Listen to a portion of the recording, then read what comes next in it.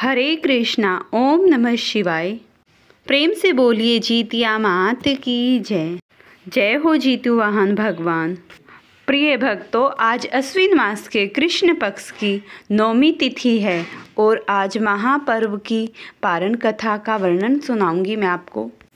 जिन भी माताओं बहनों ने कल जीतिया का व्रत रखा है, आज वो उसका पारण करेंगी और पारण के दिन इस कथा को सुनने मात्र से जीतिया माता की कृपा उनके घर और परिवार संतान पर बनी रहती है और जीतिया माता की कृपा से संतान दीर्घ आयु वाला होता है तथा वंश को बढ़ाता है। तो आज मैं आपको सुना रही हूँ बड़ी ही दुर्लभ और पौराणिक जीतिया माता के पारण व्रत कथा। तो प्रिय भक्तों, आप इस कथा को पूरे ध्यानमग्न और प्रसन्नचित मन होकर सुनिएगा। प्राचीन समय में उज्जैनी नगरी में जीवितवाहन नाम का एक राजकुमार था। वह अत्यंत दयालु, धर्मनिष्ठ और त्यागी स्वभाव का था। एक दिन जब उसने देखा कि राजकाज में लोभ और पाप बढ़ रहा है, तो उसने राजपाट छोड़ दिया और माता पिता की सेवा करने लगा। राजकुमार एक दिन वन में भ्रमण कर रहा था। वहाँ उसने देखा कि एक वृद्धा रो रही है। जीवित समूह ने उससे पूछा, माँ, तुम क्यों विलाप कर रही हो? वृद्ध ने बताया, मैं नागवंश की स्त्री हूँ। हमारे कुल में परंपरा है कि हर दिन एक नागराज का पुत्र गरुड़ को भोजन के रूप में अर्पित किया जाता है।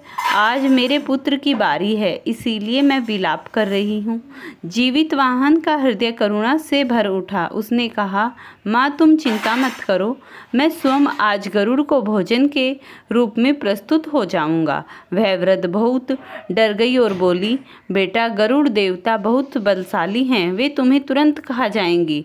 लेकिन जीवितवाहन ने हंसकर कहा, यदि मेरी देह से किसी की रक्षा हो सकती है तो यह जीवन सार्थक हो जाएगा। इतना कहकर जीवितवाहन ने गरुड़ देवता की प्रतीक्षा की। जब गरुड़ आए और जीवितवाहन को पकड़कर ले जाने लगे, तो राजकुमार ने अत्यंत विनम्रता से कहा, हे गरुड़ देव, मैं किसी नाग का पुत्र नहीं हूँ, मैं तो एक मानव हूँ और मैंने केवल अपनी माँ की संतान को बचाने के लिए ये बलिदान और वचन दिया है।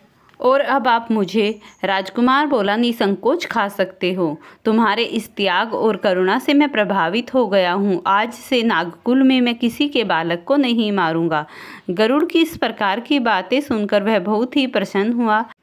तब वह बुढ़िया माई बहुत ही प्रसन्न हुई और उसे जीवित देखकर तो अति प्रसन्न होकर उसकी जीवन में और भी उल्लास भर गए। इसी कथा की स्मृति से माताएं अपने पुत्र की दीर्घ आयु और रक्षा के लिए जीवितिया व्रत करती हैं और अपने पुत्र की रक्षा के लिए जीवित भगवान को पूजती हैं।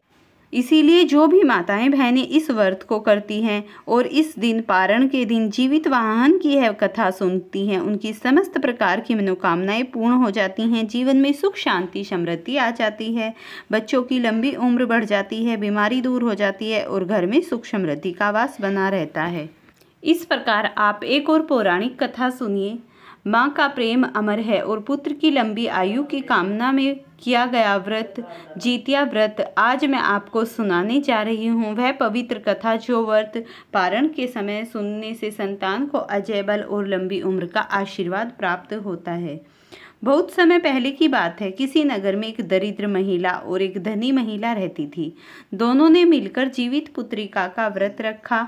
धनी महिला ने तो नियम पूर्वक व्रत किया, परंतु दरिद्र महिला ने लापरवाही से व्रत का पालन किया और व्रत के दिन कुछ भी नहीं खा लिया।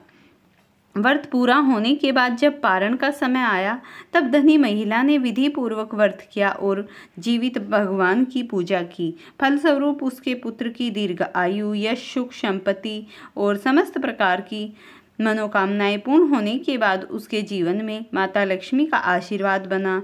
वहीं दरिद्र महिला ने बिना श्रद्धा और नियम के व्रत किया, उसके पुत्र की तुरंत मृत्यु हो गई। इसीलिए कहा गया है, जो भी माताएं श्रद्धा, विश्वास और नियम पूर्वक जीतिया व्रत करती हैं और पारण के समय यह कथा सुनाती हैं या सुनती हैं, उनकी संतान लंबी उम्र, बलवान और सुखी रहती है। बहुत समय पहले की बात है। एक नदी के किनारे गरुड़ पक्षी की माता और लोमड़ियन दोनों का निवास था। दोनों के छोटे छोटे बच्चे थे। माता गरुड़ की अपने बच्चों को स्नान कराती, अन्न देती और स्नेह से पालती थी, लेकिन जटा लोमड़िनी अपने बच्चों को गंदगी में ही रखती थी, भोजन का ध्यान नहीं रखती और सावधानी से पालती थी। एक दिन गरुड़ माता ने कहा, बहन, संतान को पालना सबसे बड़ा धर्म है। यही देखभाल नहीं करेगी तो बच्चे रोगी और दुर्बल हो जाएंगे। जटा हंसकर बोली, भाग्य में जो लिखा है वही होगा, मेरी मेहनत से क्या होगा। लेकिन समय बीतते ही जटा के बच्चे एक एक कर मरने लगे, रोग से ग्रसित हो गए। उधर गरुड़ माता के बच्चे स्वस्थ, बलवान और दीर्घायु हो गए। तब गरुड़ माता बोली कि मैंने तुम्हें लोमड़िन पहले ही कहा था, बच्चों की देखभाल और अच्छे स्वास्थ्य के लिए उनका ध्यान रखना बहुत ही आवश्यक है। इसीलिए माता और बहनों को चाहिए कि बच्चों की पूरी देखभाल, उनके स्वास्थ्य की रखे, हमेशा उनका ध्यान रखे, तभी वो स्वस्थ और निरोगी रह पाते हैं। प्रेम से बोलिए जीवित वाहन भगवान की जय हो। प्रिय भक्तों, अगर आपको ये वीडियो पसंद आई हो तो इसे लाइक शेयर करना, चैनल पर नए हैं तो चैनल को जरूर सब्सक्राइब कर लेना।